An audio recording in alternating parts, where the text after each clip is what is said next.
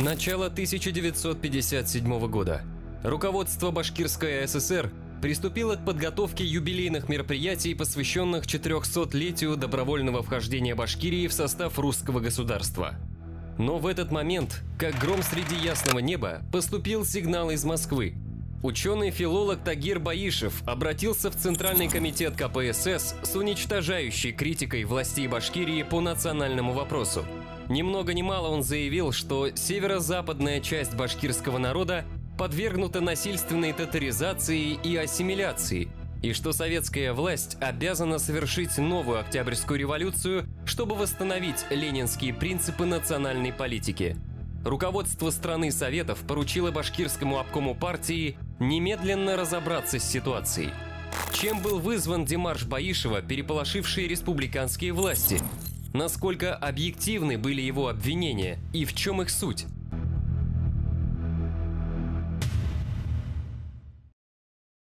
Сегодня имя виновника того памятного происшествия известно лишь в узких кругах гуманитарной интеллигенции. Однако в 50-е годы он был настоящим ужасом партийных органов и очень неудобным персонажем для коллег-ученых и литераторов. Баишев имел репутацию строптивца и бунтаря, засыпавшего власти возмутительными письмами, касавшимися культурной и национальной политики Башкирии. Самое удивительное заключалось в том, что все его объемистые опусы терпеливо рассматривались на ученых советах учреждений, Башкирском обкоме и даже в ЦК КПСС. Мало того, многие его суждения признавались справедливыми, хотя в конечном счете отбрасывались как маниловские и донкихотские. Почему мы вдруг вспомнили об этой полузабытой истории? Дело в том, что фигура Баишева неожиданно напомнила о себе некоторыми аллюзиями на сюжеты дня сегодняшнего, а его идеи, высказанные почти 70 лет назад, вновь стали резонировать в унисон нынешним общественным настроением. Итак, кем же был герой нашего рассказа и чем поучительна эта история? В анкете 1936 года он писал о себе следующее. Баишев Тагир Галямович. Родился в 1886 году, 15 августа. Место рождения – деревня Новохалилово Мечетлинского района Башкирской АССР. Народность – башкирин. Бывшее сословие – крестьянин-бедняк. Основная профессия – учитель, беспартийный. Знание иностранных языков и языков народностей СССР – арабский, читает и переводит со словарем, казахский, узбекский, тюркский, калмыкский, читает и может изъясняться, русский и татарский, владеет свободно. Тагир Баишев, он мой земляк, он из деревни Старое Халилово, этот самый на берегу реки Ай, этот самый от нас где-то километров 11-13 километров. И он тогда встретил в нашей деревне старика Загира, Загир Хартейн, этот самый, у него были шежеры, родословные дуванцев-айлинцев. Это шежера было где-то объем большого, этот самый, платка, как объем, 2 объема женского платка было, это шежера. И он переписал его, переписал на старотурецком языке. Среди прочих генеалогий Тагир Баишев записал также шежере своего рода сард, позднее переведенное на кириллицу и ныне хранящееся в архиве. В автобиографии он сообщал: «Первоначальное элементарное ознакомление с арабским алфавитом того времени я получил у отца и братьев. Впоследствии учился в деревенской национальной религиозно-схоластической школе, называемой тогда мектеб или медресе. После реформ 1905-1906 годов с открытием среди башкирского населения джадидских новых школ, я с 1906 по 7 учебный год стал учительствовать в начальных классах Ариевской национальной школы Дуван-Мечетлинской волости. Джадидизм, от арабского «джадид» – «новый». Обновленческое движение среди мусульман Российской империи, в основе которого была идеология исламского модернизма. Уже на рубеже 19-20 веков казанские интеллектуалы, прежде всего ученики интеллектуальные Шахаб-ад-Дина Марджани, 'Марджани, начали заявлять, что вот мусульмане, живущие в так называемой внутренней России, что вот эти вот мусульмане на самом деле являются наследниками Золотой Орды, должны все вместе называться татарами, и так начало развиваться то явление, которое впоследствии было названо татарским национализмом.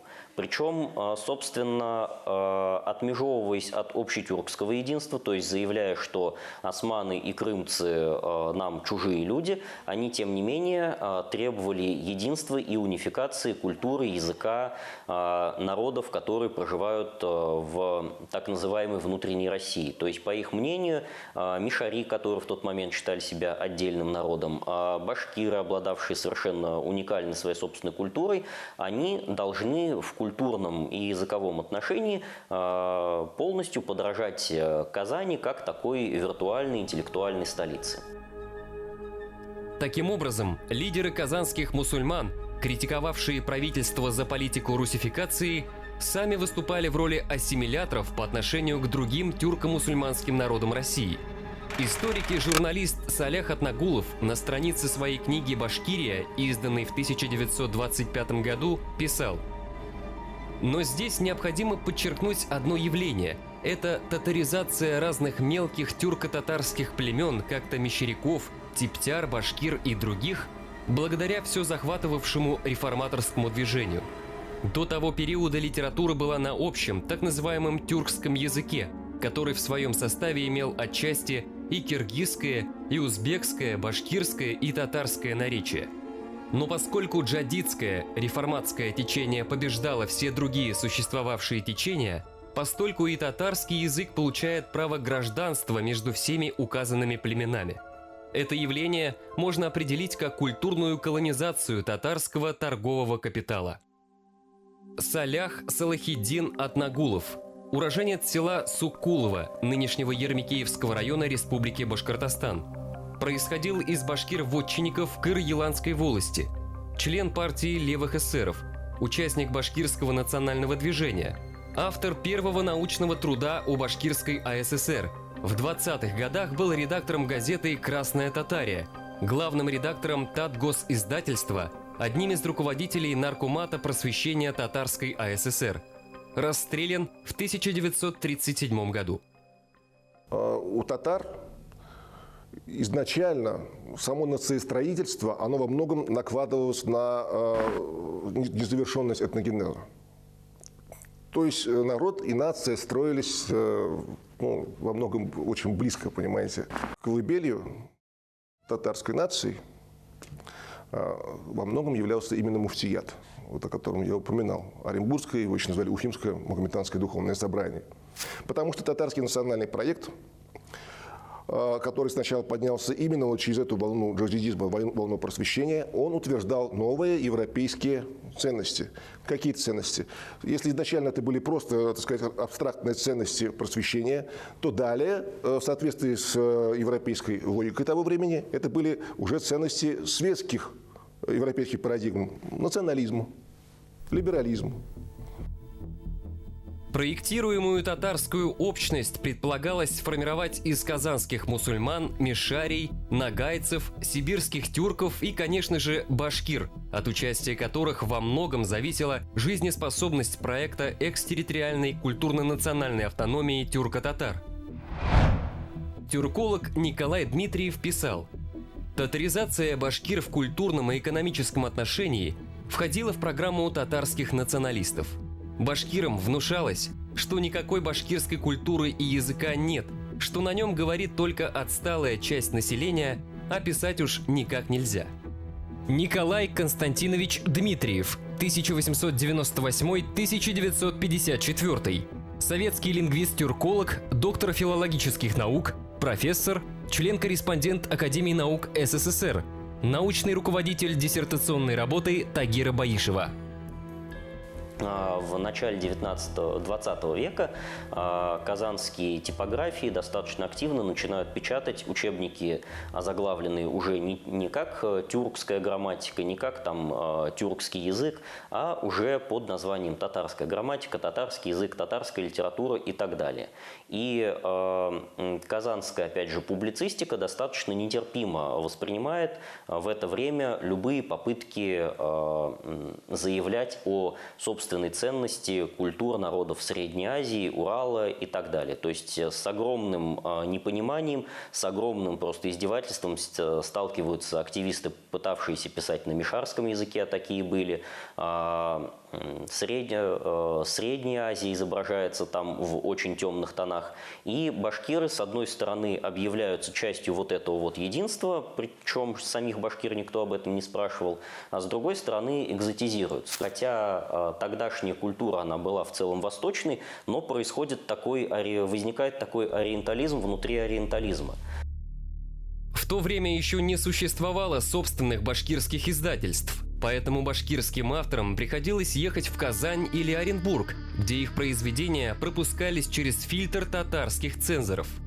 Башкирский просветитель Арифуллах Кииков, сын известного суфийского поэта Мухаммада Али Чукури, писал, что многие его творения не увидели свет из-за насмешек и издевательств казанских издателей, которым не нравилось, что его произведения написаны на чисто башкирском языке – тач-башкурча.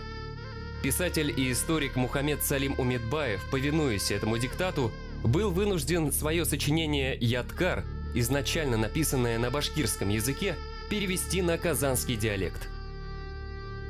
Поволжские мусульмане, как самая модернистская часть тюркского мира Российской империи, первыми поняли силу идей прогресса, средств массовой информации и школьного образования по единому стандарту. Одним из главных для них завоеваний Первой русской революции 1905-1907 годов стало возникновение собственной прессы, посредством которой начинается пропаганда идей тюрко-татарского миллета и нового интегрирующего названия «татары». Собственно, башкирская национальная пресса, как и башкирское национальное движение, окончательно сформируется лишь в ходе революционных событий 1917 года. До этого времени башкирская интеллигенция шла в русле общемусульманского движения. Период безраздельного господства казанской прессы с 1906 по 1917 год был успешным для распространения идей татаризма и развития отпочковавшегося от языка тюрки нового литературного языка казанских татар. Кстати, русское слово «татаризм» в форме «татарлык» впервые появляется именно на страницах прессы тех лет.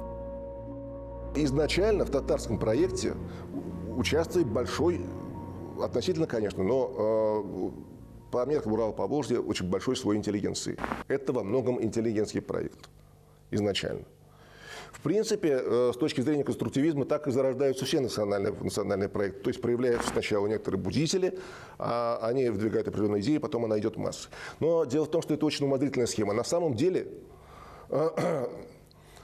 история нам показывает, что это срабатывает только в том случае, если есть запрос со стороны массы сам по себе. И невозможно просто взять, придумать какую-то нацию и ее внедрить. Тут должно сойтись очень много самых различных факторов, в том числе соответствие или несоответствие традициям определенного народа. Сам термин «татары» был предложен в конце XIX века казанским историком и богословом Шихабуддином Марджани. Но по-настоящему внедрять его в массовое сознание начал Каюм Насыри и его последователи.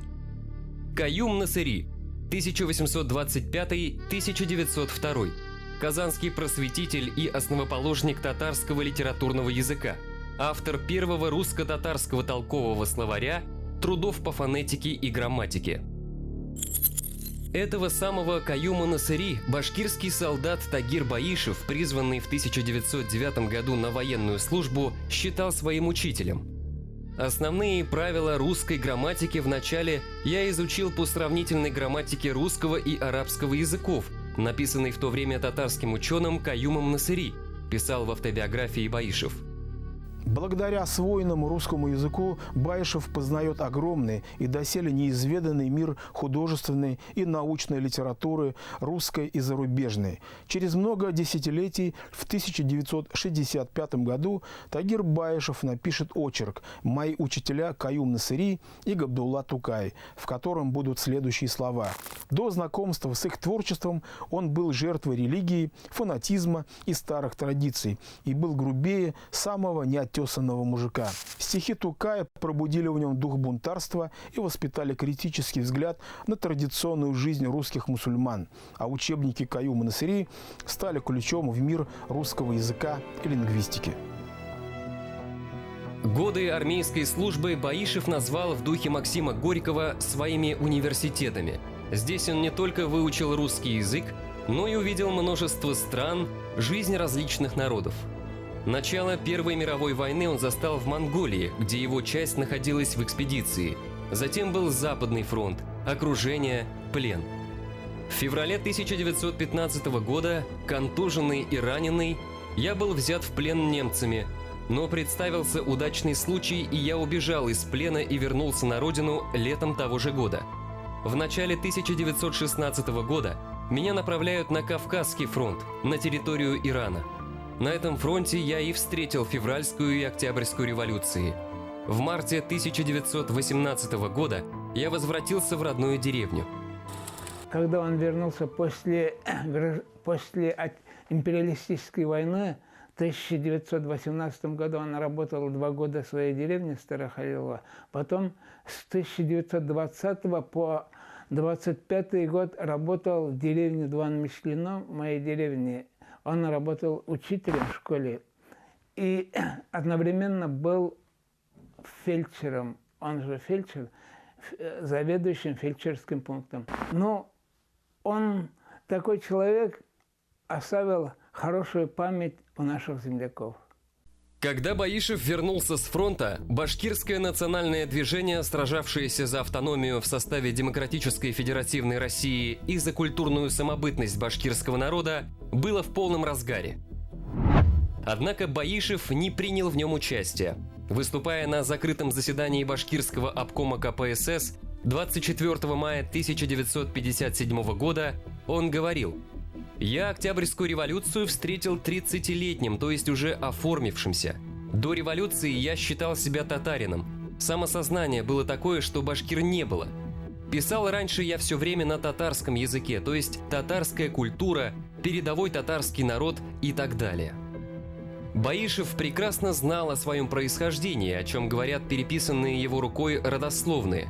Однако он в то время полагал, что его этнические корни преодолены ментальным приобщением к воображаемому сообществу тюрко-татарского миллета как более высокой, по мнению его идеологов, стадии развития прежних традиционных идентичностей.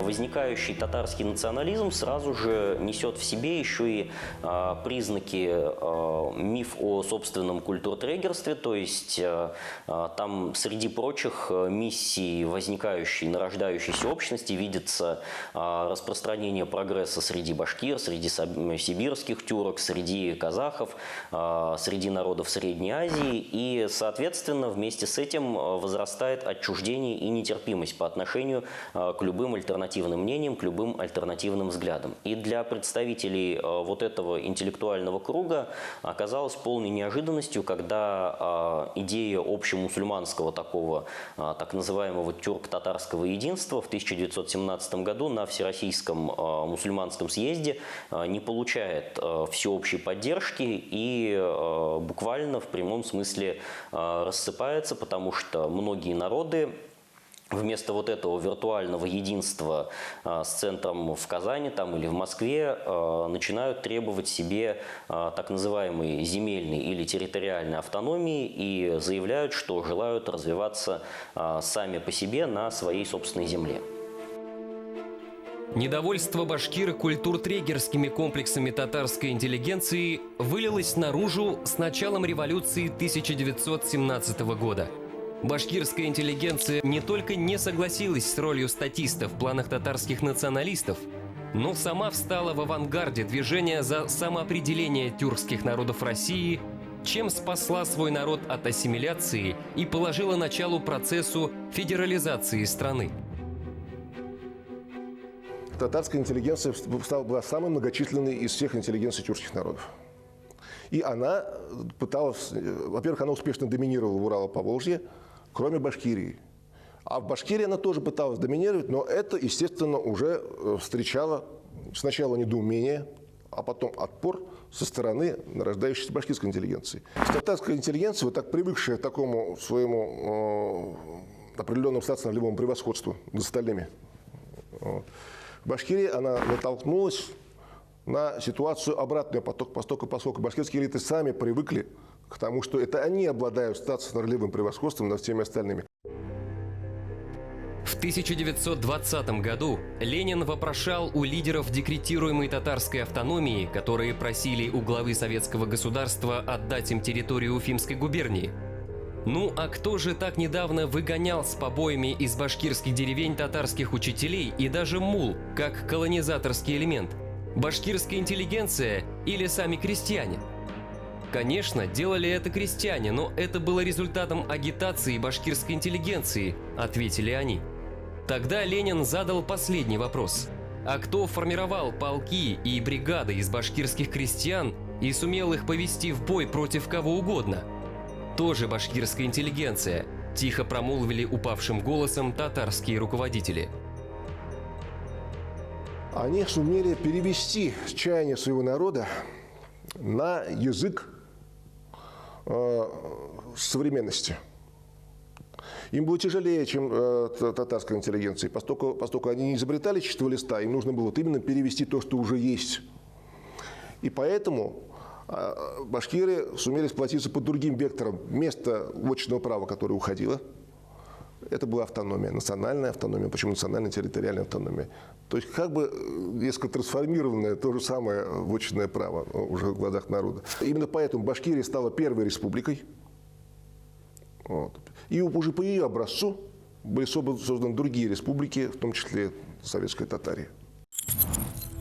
Один из основателей татарской АССР, Мирсаид Султангалиев, который присутствовал на описанной встрече с Лениным, писал: «Избиение татарских мул и учителей в башкирских деревнях одно время приняло хронический характер.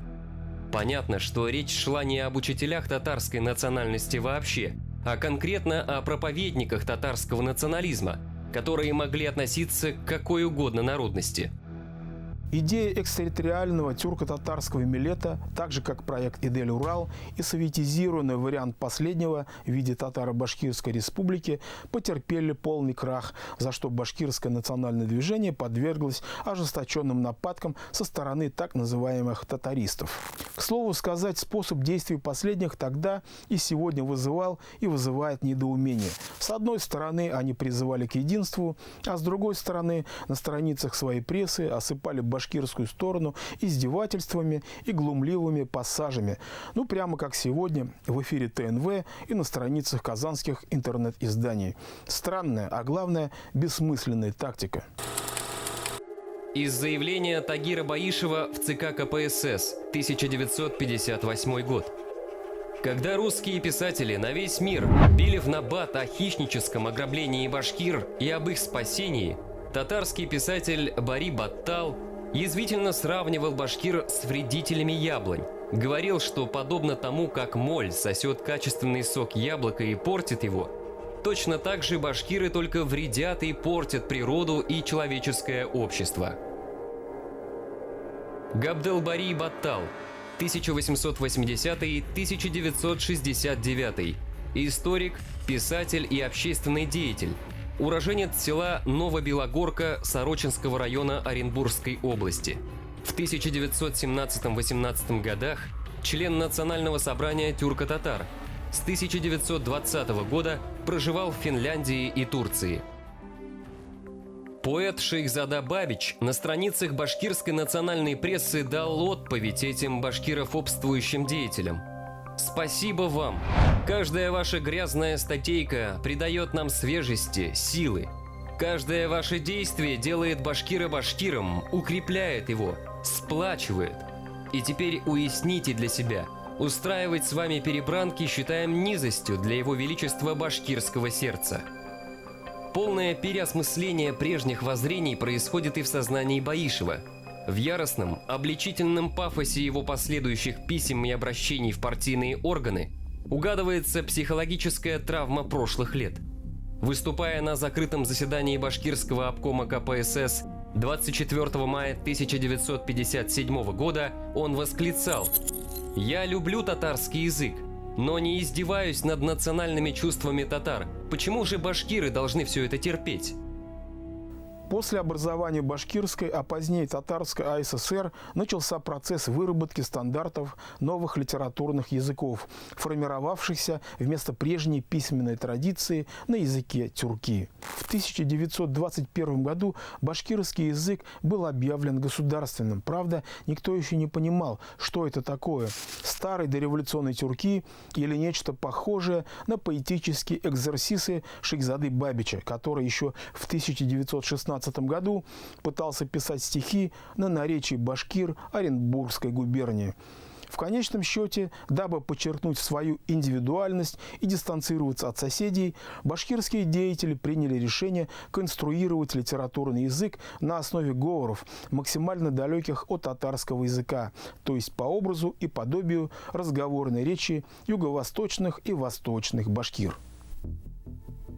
Для большей части башкирского народа нормы нового литературного языка стали новацией с разной степенью от незначительной до разительной, отличавшейся от региональных диалектов.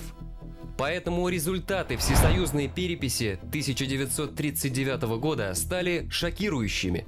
Из 843 тысяч башкир Советского Союза лишь немногим более половины назвали родным язык своей национальности, то есть литературную норму. Остальные родным назвали татарский язык. Люди, видя в печати, слыша по радио, что башкирский язык – это стандартизированный башкирский язык со звуками «х», «ц» и «з», начали, соответственно, считать, что говорят они не по-башкирски. Потому что это вот не как в газете, не как в учебнике.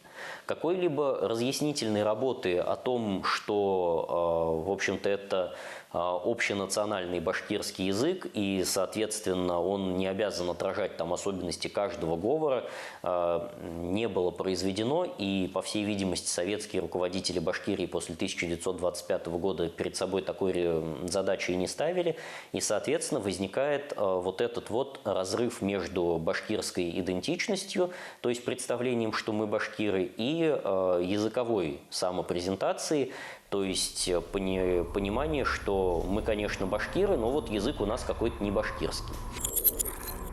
Из заявления Тагира Баишева в бюро ЦК КПСС по РСФСР 1 июля 1960 год.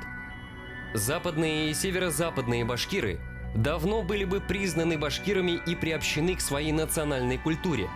Благодаря лишь пассивности и предательству современной башкирской интеллигенции башкирский народ был и остался раздробленным и разобщенным в смысле приобщения к своей национальной культуре. Действительно, старая революционная башкирская интеллигенция сгинула в ходе репрессий 30-х годов, а новая не стала ей равноценной заменой. Не имея исторического и стратегического видения, она не сумела довести языковое строительство до логического конца. Новая башкирская интеллигенция не только не учла интересов северо-западных башкир, но даже сконструированный по собственным лекалам новобашкирский литературный язык не сумела распространить на всю территорию республики, хотя для этого было бы достаточно одного лишь административного решения власти.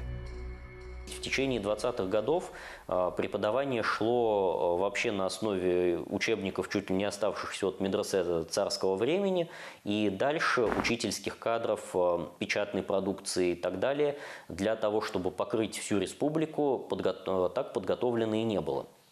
И буквально явочным порядком в начале 30-х годов было принято решение, что вот пусть Бирский, Белебеевский кантон и Башкирская ССР культурной продукции, просветительской продукции обеспечивает Казань, в которой с типографией работают, учебников достаточно, учителей они тоже готовят. И, соответственно, вот этот разрыв начал постепенно институционализироваться через преподавание на изданных в Казани учебников уже декретированной советской казанской литературной нормы. Жители северо-западной части Башкирской АССР до сих пор недоумевают, почему их, башкир по национальности, обучали в школе на неродном для них татарском языке. Бірінші класстан башлап, шушы ауылда туып өсіп, оқыдым. Бізге мында 2 татар оқытушысы ибергенлер. Біз аны білмегенбіз. Оқытушы да оқытушы. Олар саф татарша сөйлешелер иде. Олар оқыттылар бізні. Ватаным Татарстан, башқалам Қазан. Біз шулай деп оқыдық. Міне кімнен ұлырақ кішілерден, кімнен ұрғағыл да шулай әйтерлер. Бізді башқұртлашуыны вапшап бітірге болғандар. Татарға айландырға дейшілі болғандар енді. Башкиры, проживавшие в северо-западной и западной части исторической Башкирии, ныне именуемыми в этнографии северо-западными башкирами, в начале 20 века таковыми не позиционировались и не выделялись в отдельную группу, то есть считались стандартными башкирами. Определение «северо-западные» стало применяться к ним лишь в результате культурного обособления по причине распространения на районы их проживания татарской системы образования. Естественно, вот до революции и даже в годы вот это 17 когда шла вот борьба за автономию, там не было вот такого деления, что вот северо-западные башкиры и так далее. Из этих башкир вышли выдающиеся руководители национального движения, это все прекрасно знаете. Ну, у них был такой национальная вот и гордость, они признавали себя башкирами, были патриотами своего народа. Из числа так называемых северо-западных башкир происходили известные деятели башкирской истории. Депутат Екатерининской уложенной комиссии Токтамыш Ишбулатов, основатель горного дела в России Исмаил Тасимов, отец и сын Шахайдар и Алиаскар Сыртлановы, являвшиеся депутатами Госдумы Российской империи и считающиеся зачинателями башкирского национального движения, муфтий Мухаммедьяр Султанов, чей сын Искадырбек в 1918 году руководил юридическим отделом башкирского правительства, будущий советский муфтий и член Башкирского совета в 1917 году Ризаиддин Фахриддинов, чей сын Абдрахман был членом Башревкома, Ильдархан Мутин, занимавшийся вопросами формирования башкирского войска, Шейхзада Бабич, секретарь Башкирского совета, отвечавший за информационную политику в башкирском правительстве, Мулаян Халиков, председатель Совнаркома Башкирской ССР и многие другие.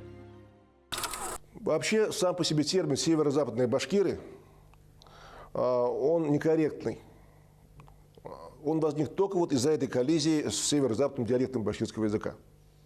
А во всем остальном, и по истории, и по социологии, ну, буквально по всему, это просто часть башкирского народа. Диалекты, они есть во всех языках, совершенно нормальное и правильное явление. Точно так же, как, например, башкиры, ну, скажем, с юго-восточной части, да, табынского происхождения, вот, и башкиры тоже табынского происхождения с северо-запада Башкортостана, вот, это, безусловно, представители одного и того же народа. Более того, у них даже национальный миф один и тот же. Вот сами вот эти кланы, Табын, Бурзян, Еней, Гайна и так далее, которых у татар просто нету, как у народа, как у нации. По всесоюзной переписи 1959 года башкир насчитывалось 989 тысяч человек, из которых 612 тысяч назвали родным язык своей национальности, а 350 тысяч башкир – татарский. Очевидно, за прошедшие 20 лет со времени переписи 1939 года численность северо-западных башкир должна была увеличиться пропорционально численности всего народа, но она осталась на той же отметке. Следовательно, многие башкиры северо-западной Башкирии сменили не только язык, но также идентичность. В этом же заключается причина мнимой демографической стагнации башкир. Очевидно, эти 350 тысяч башкир, назвавшие во время переписи 1959 года родным языком татарский, сделали подобный выбор по одной простой причине. Это был язык школьного образования в районах их проживания. Здесь, пожалуй, следует удивляться не их ответам при определении родного языка, а устойчивости их этнического самосознания, ведь они обучались на татарском языке уже более 30 лет. А универсальное правило таково, что люди приобретают ту идентичность, которую транслируют им школьные учебники. Продуктом советского модерна стала такая конструкция, как социалистическая нация, имевшая много общего с классическими нациями капиталистического мира.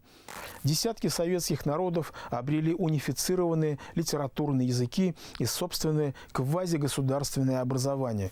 И каждая социалистическая нация стремилась к этнической гомогенности в пределах своих республик, вводя обучение на языке титульной нации, дабы ассимилировать национальные меньшинства и собственные этнографические группы. Например, по переписи 1920 года на территории вновь образованной Татарской АССР, вобравшей в себя Мензелинский уезд бывшей Уфимской губернии, оказалось 121 тысяча башкир. Однако к следующей переписи 1926 года от них осталось лишь 1800 человек. Понятно, что за 6 лет этническая идентичность 121 тысячи человек могла измениться только под жестким административным давлением. Мензелинский уезд отошел в братскую татарскую АССР. И вот там произошло чудесное превращение, когда более 150 тысяч башкир за следующий период просто исчезли. Их просто не стало. То есть вот когда полторы сотни тысяч башкир просто на бумаге исчезло, вот, это достаточно необычный был на самом деле переписной феномен, который потянул с собой множество подобных феноменов.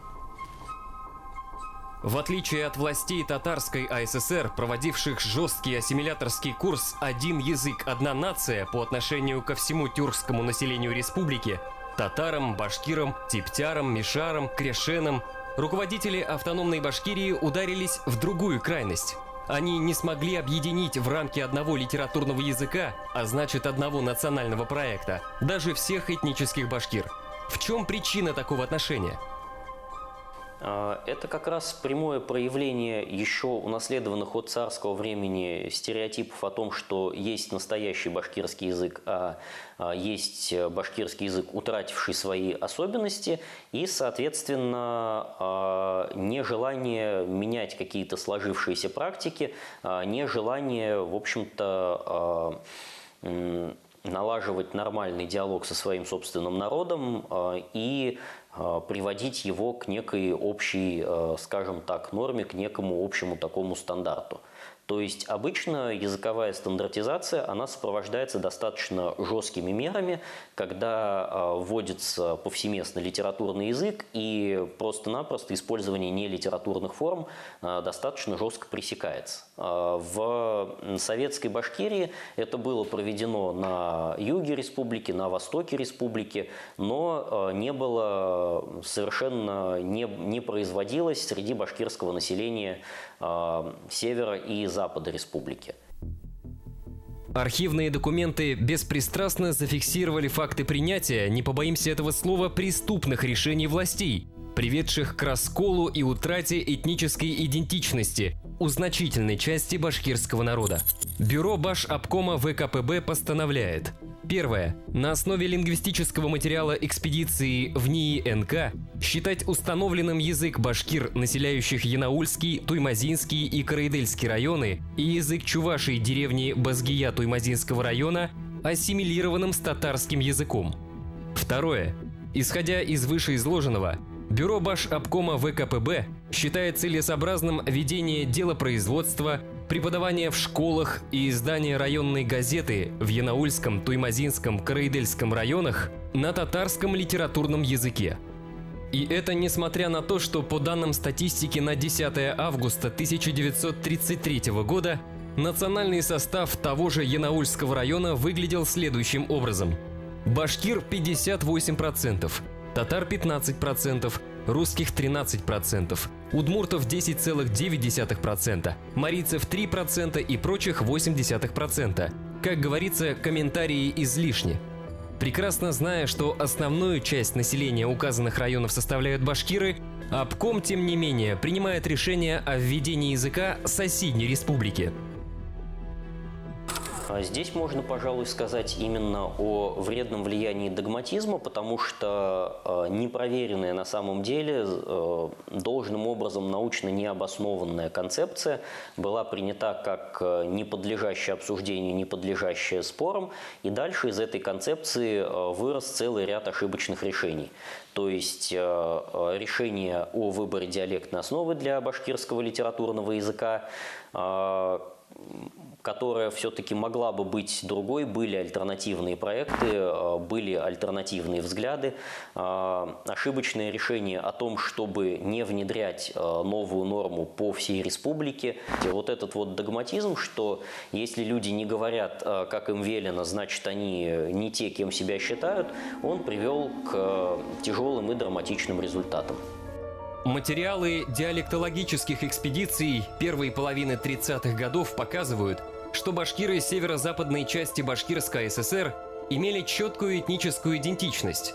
Например, в отчете по Туймазинскому району было сказано: «Они называют себя башкирами и ни в коем случае не хотят называться татарами». Тем не менее, в качестве языка школьного обучения был введен татарский. Аналогичная ситуация наблюдалась и в других районах, например, Дюртюлинском. Вот архивное дело 1933 года под названием «Список школ Дюртюлинского района». Читаем. Московская школа, то есть школа села Москово. В графе «Какую национальность обслуживает» написано «башкиры», но в графе «На каком языке ведутся занятия» указано «на татарском». Аналогичное несовпадение национальности и языка зафиксировано в Старобаишевской, Староуртаевской, Старо- и Новокангышевской, Таубадраковской, Казакларовской и других школах данного района. Тоже был виновником этой парадоксальной ситуации, запустившим механизм смены этнического самосознания у башкирского населения северо-западной части республики. Кто направил всю силу государственной машины на реализацию этой самоубийственной политики? Вопрос неоднозначный. С одной стороны, нам известны имена тех руководителей и их советников из числа языковедов, которые, идя в фарватере своих умственных конструкций о том, что представляет собой чистый башкирский язык и, соответственно, воображаемые ими чистые и нечистые башкиры фактически принесли башкирский народ в жертву своим безжизненным концепциям. Сконструировав новый литературный язык, они превратили его в фетиш, забывая, что не народ должен служить языку, а язык народу. Им нужно было всего лишь прислушаться к голосу разума, который говорил, что если, к примеру, вам жмут ботинки, то нужно просто заменить ботинки, а не отрезать себе пальцы на ногах. Одним словом, узкий филологический угол зрения, который вместо людей видит лишь слова, буквы, запятые, междометия, привел к тяжелым последствиям, по поводу которых буквально кричала душа Баишева. В 1933 году Тагир Баишев заканчивает Башкирский педагогический институт имени Тимирязева и устраивается в научно-исследовательский институт языка и литературы. В 1950 году он успешно защищает кандидатскую диссертацию «Башкирские диалекты в их отношении к литературному языку», тепло встреченную научным сообществом Советского Союза. Выдающийся русский и советский археолог, антрополог и этнолог Сергей Иванович Руденко в своей фундаментальной монографии «Башкиры», изданной в 1955 году, полностью придерживается тезисов Баишева, в том числе его положения о северо-западном диалекте башкирского языка. В книгу Руденко также вошла диалектологическая карта, составленная Баишевым. Это был его полный триумф как ученого. Северо-западный диалект башкирского языка был признан на академическом уровне. И он был также участником составления башкирского, очень первого вот, там, крупного словаря. Ну, там они трудились вот, вместе вот, с Дмитриевым, Ахмеровым, вот, и третьим был он. Вот и большой был это труд. И он вложил очень много сил к написанию вот этого словаря. Я несколько раз встречался с ним. Мы сидели, мы обсуждали все, тем более он историей интересовался, языковедом, я тоже историк. Но он был выдающийся ученый. Это был честный человек во всех отношениях. Вот. Патриот своего народа. Таких у нас мало было, вот таких бойцов настоящих. Тагир Баишев давно понял ущербность узких лингвистических подходов, определявших принадлежность к башкирскому народу по способу выговора определенных лексем. Если слово «вода» произносишь как «хэу», значит ты башкир. Если говоришь «сыу», то татарин. Глупее и в то же время трагичнее ситуации трудно было придумать. Поэтому, получив научное признание, Баишев принял решение в буквальном смысле восстать. Поднять бунт против сложившейся ситуации, которую он оценивал не иначе, как этноцид северо-западных башкир. Он, безусловно, выступил как одиночка, потому что никто не осмеливался открыто его поддерживать. Там иногда подходили, жали руку в кулуарах, как говорят, и так далее. Вот. Но так, как он, больше никто не делал. Тем более, на самом деле, это дело достаточно скандально иногда, достаточно необычно. Вот эти часто бессвязные, многословные, но достаточно интересные вот заявления Баишева, да, они свидетельствуют о том, что происходят какие-то процессы, происходят какие-то тревожные процессы, ими надо заниматься. Ими надо заниматься, их надо вовремя купировать. А практика показывала, что для купирования этих процессов, для работы с ними, у существующей власти сверхдержавы, у советской власти уже не хватает инструментов. В своей диссертации он пришел к выводам, которые противоречили основам прежней языковой политики. 12 октября 1953 года в Институте истории, языка и литературы башкирского филиала Академии наук СССР состоялся семинар с участием Николая Дмитриева и целого ряда башкирских ученых и писателей.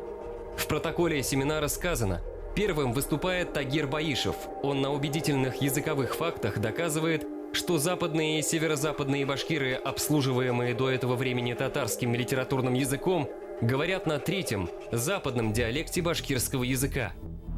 Однако ему возражает Джалиль Киикбаев, который, ссылаясь на высказывания некоторых дореволюционных лингвистов, утверждает, что их язык входит в восточный диалект татарского языка.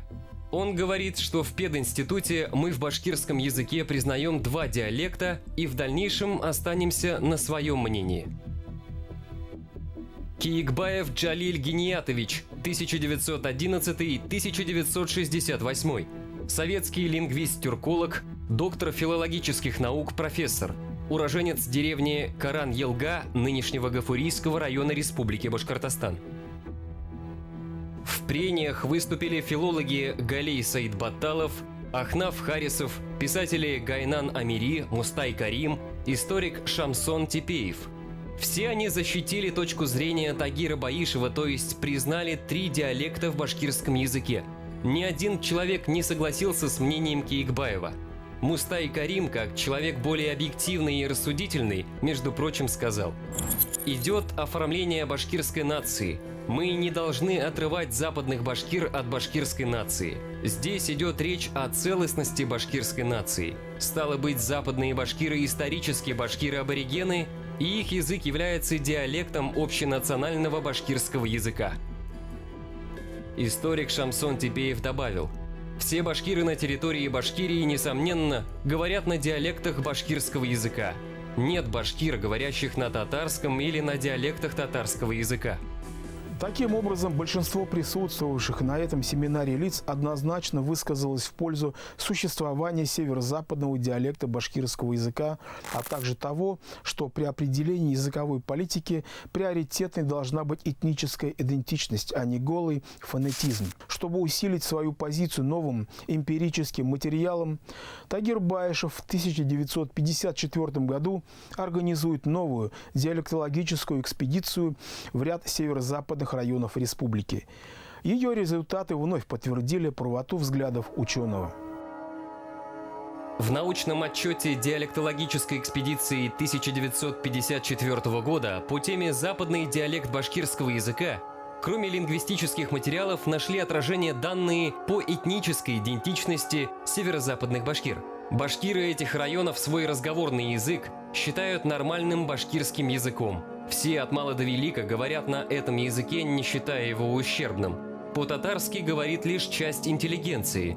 Современный башкирский литературный язык, на котором выступают перед ними театральные артисты, они называют непонятным и шепелявым языком.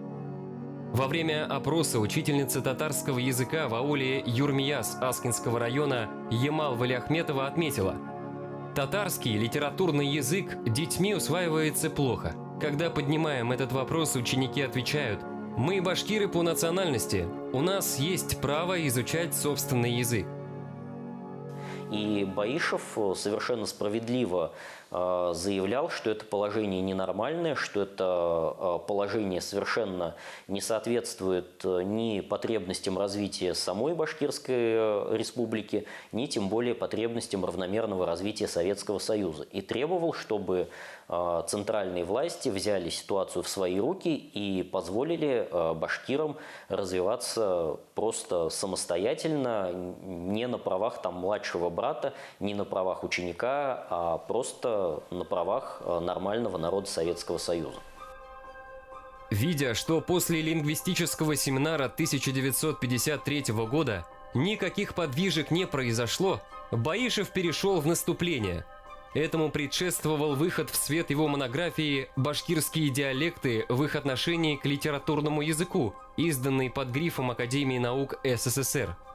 15 февраля 1957 года он написал обращение в ЦК КПСС, в котором указал на ошибочность национальной и языковой политики башкирских властей. И вот 24 мая состоялось то самое, ставшее легендарным, закрытое бюро башкирского обкома КПСС, на повестку которого были внесены следующие вопросы. Первый – о литературном языке для западных и северо-западных башкир. Второй – о насильственной ассимиляции, татаризации башкир. Третий – о выращивании и выдвижении кадров из башкир, особенно из западных и северо-западных районов Башкирии. Четвертый – о заботе о башкирах, проживающих в других областях Советского Союза.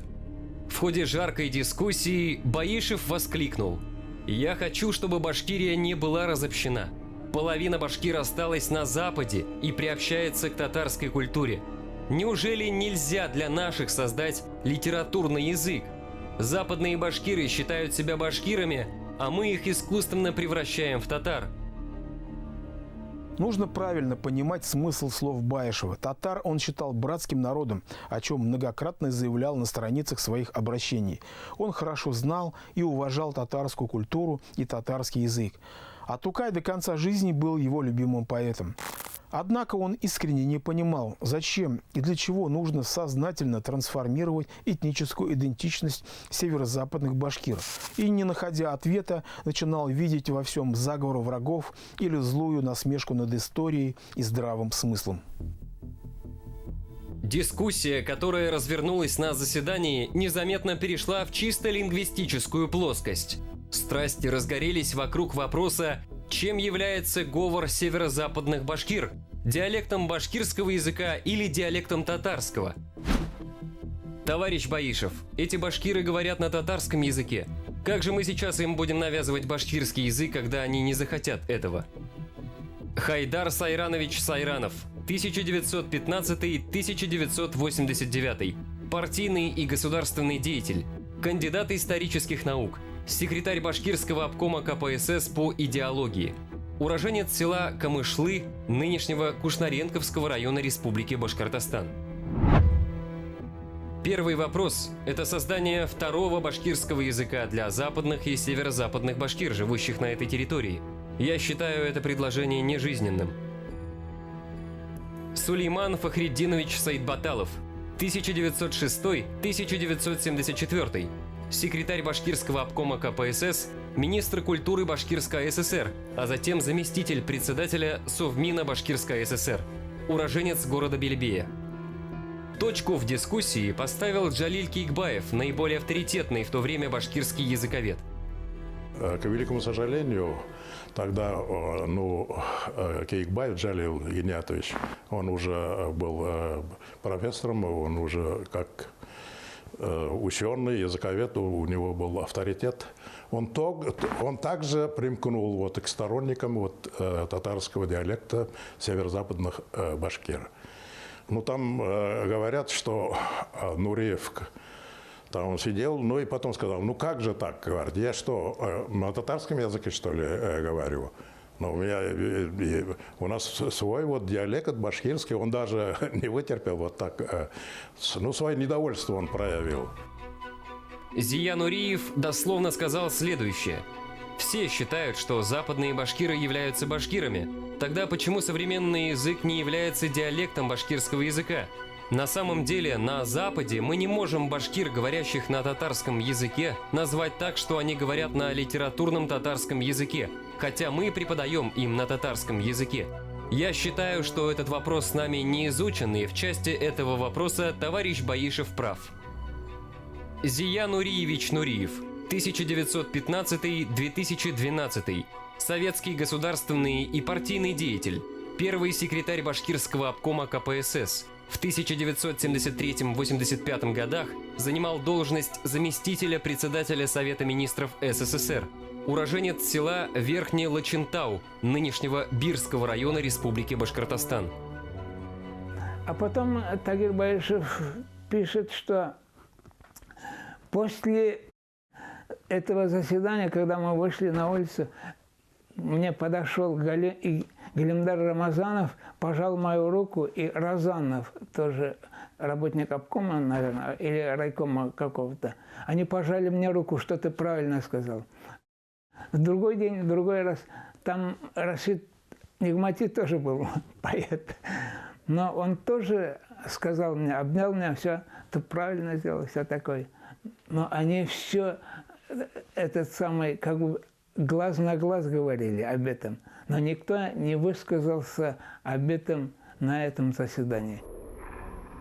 Теоретически, если бы Тагир Баишев был поддержан своими коллегами на том драматичном заседании бюро обкома, Зия Нуриев, у которого в руках были все властные полномочия, мог принять положительное решение по выдвигавшимся предложениям. Однако это не случилось. В чем причина?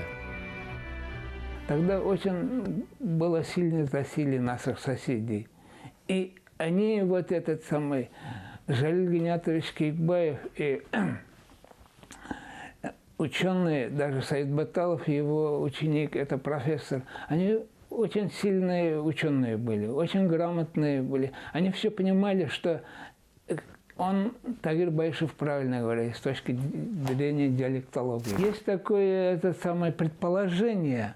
Наверное, Жалиля Гинятовича прижали эти лица, это влиятельные люди, перед заседанием. И его скрутили, и ты скажешь таким образом. И он был вынужден сказать таким образом.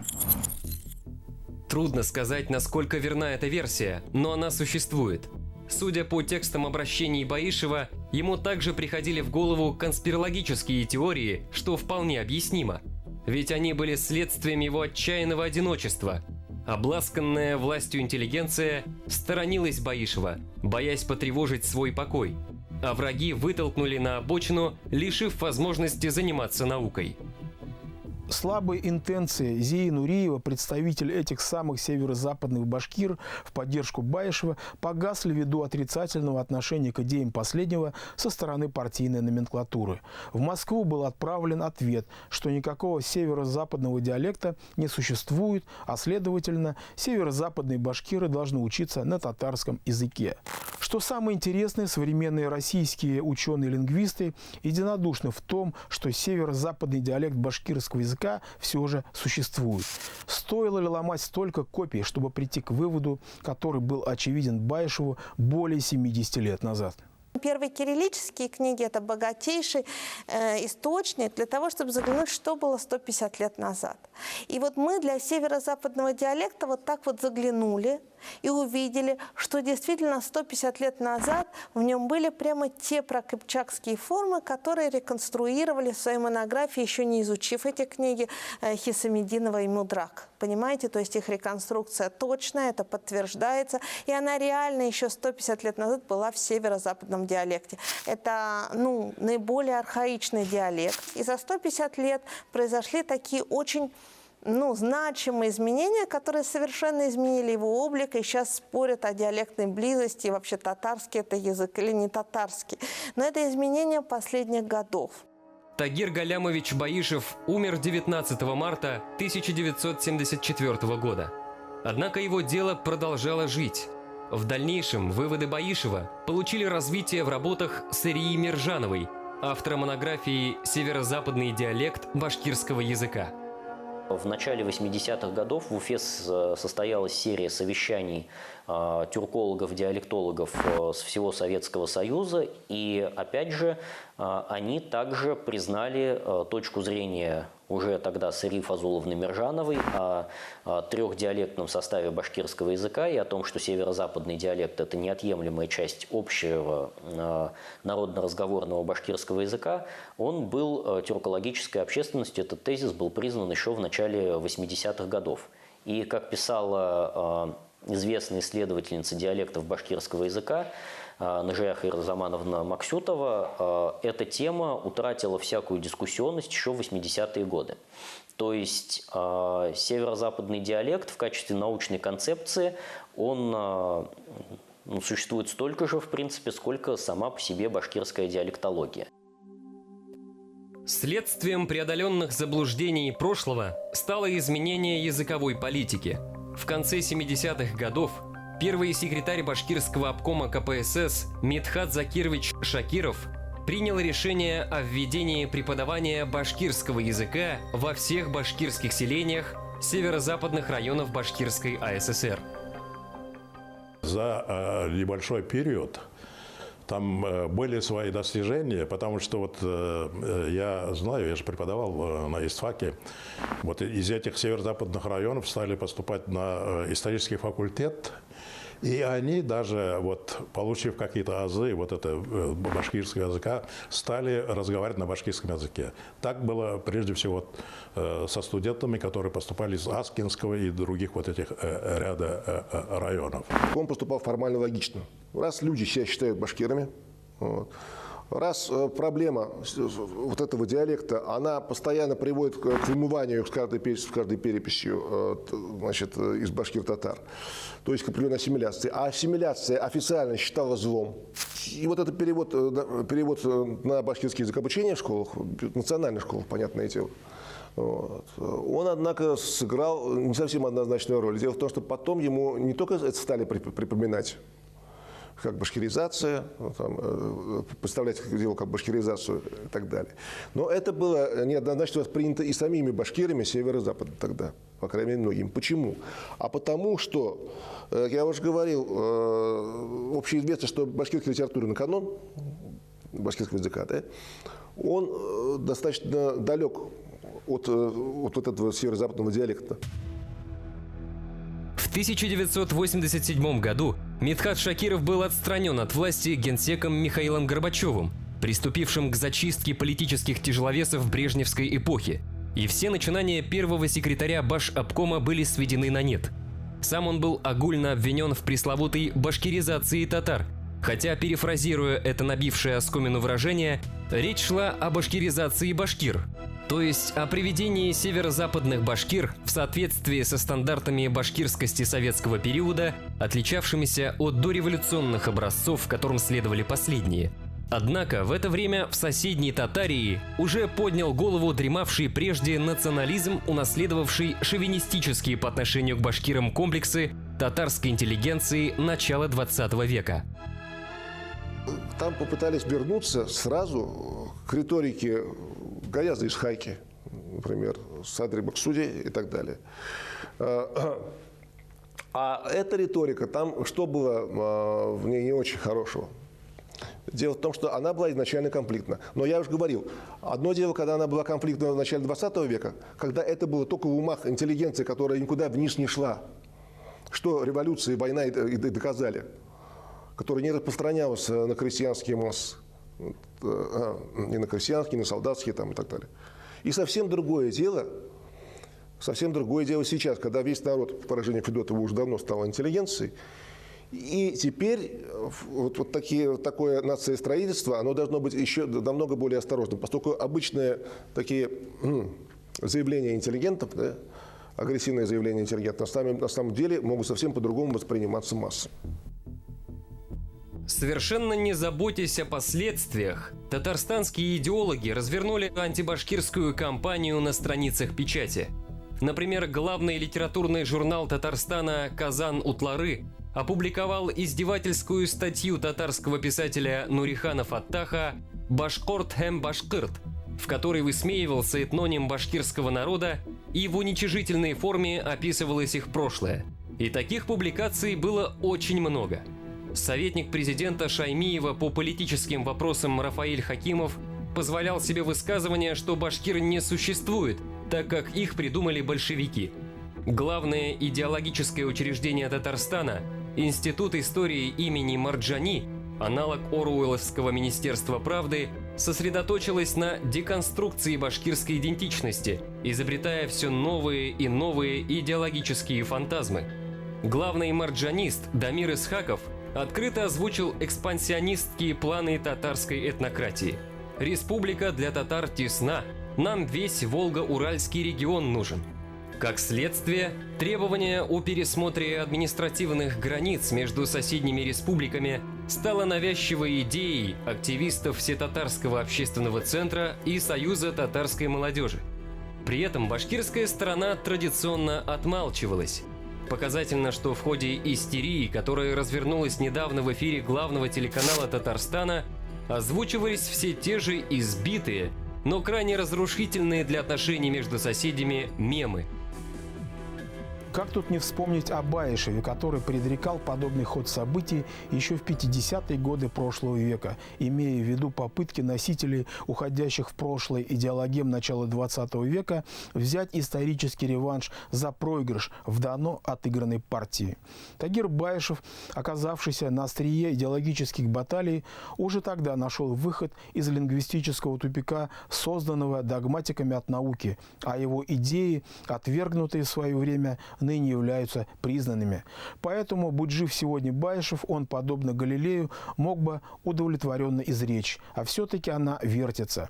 Однако, в отличие от известного астронома, он не отрекался от своих взглядов, даже в виде компромисса, всей своей жизнью доказывая, что и один в поле воин.